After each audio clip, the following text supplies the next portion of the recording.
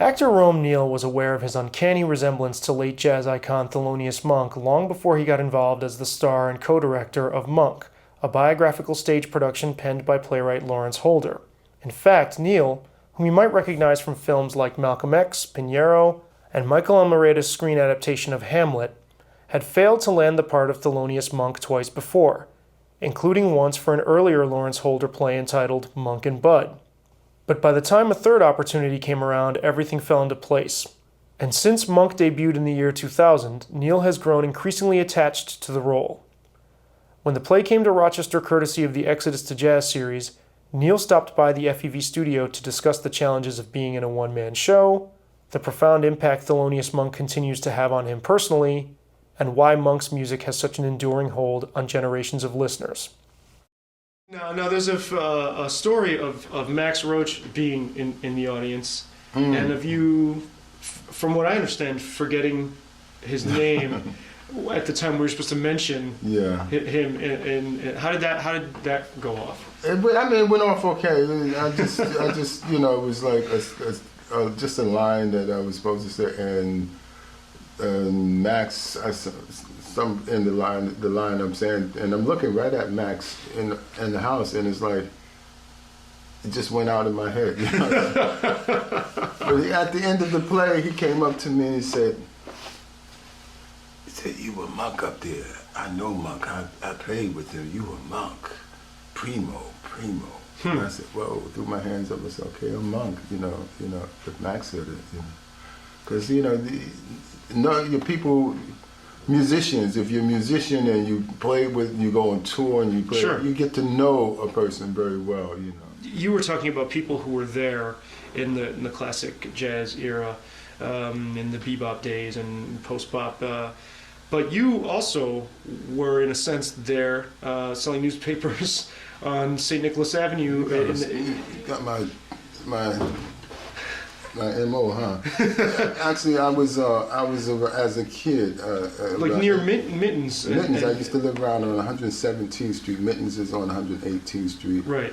And so about 8 years old, 9 years old, I was going about the clubs and selling newspapers. They were nickel then, the Daily News, the New York Mirror, and selling these newspapers. And the guys, a little drunk in the clubs, they would give me 10 cents, so I was making 100% profit, Always hustling. Off of jazz guys who were kind of feeling a little well, jazz guys, just people who hung out in clubs, because there were clubs all up and down Harlem, bars, they're bars, but they had jazz in them. And I didn't know, I just was going into these places and selling my paper, I was just a kid. And it's so interesting about your story that you would come back to something that you had marginally been exposed to as a youngster, and almost be pulled back to it, but in this circuitous, roundabout way. It is, because I find myself right now at Mittens Playhouse. I just did a concert there in November of '09, and for 4 Thursdays I did with my band. I did a concert, did a few concerts, and I would come out and I would always walk around the corner to the place where I grew up. And I lived there a few years when I was a child. Mm-hmm. So it was, this is amazing. It's like it's come full circle for me in that respect, to almost back home. Be back in the same neighborhood. Right. Now, a lot of times, we tend to think of, we get very attached to the work. Someone like Monk, who's an icon, whose work means so much. And there's so many people we can name across the different arts. And like to latch on to that because it means something to us. But in this play, you address some of the more personal difficulties. You bring it to a personal level of a human being struggling with things. What do you think audiences can come away with after seeing this play and have some insight into their own lives? Life is not always easy, Straight. And how sensitive did you and Lawrence feel you had to be regarding his mental illness?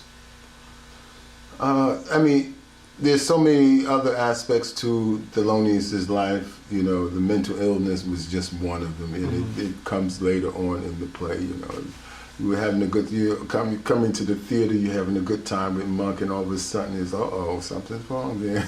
You know, but it just doesn't, it's not a through line throughout the play, because that was in his whole life. You know? But there's this conception we have of not just genius, but of artists being, there's almost a romance to the troubled lives of artists, and I'm wondering where you stand on that.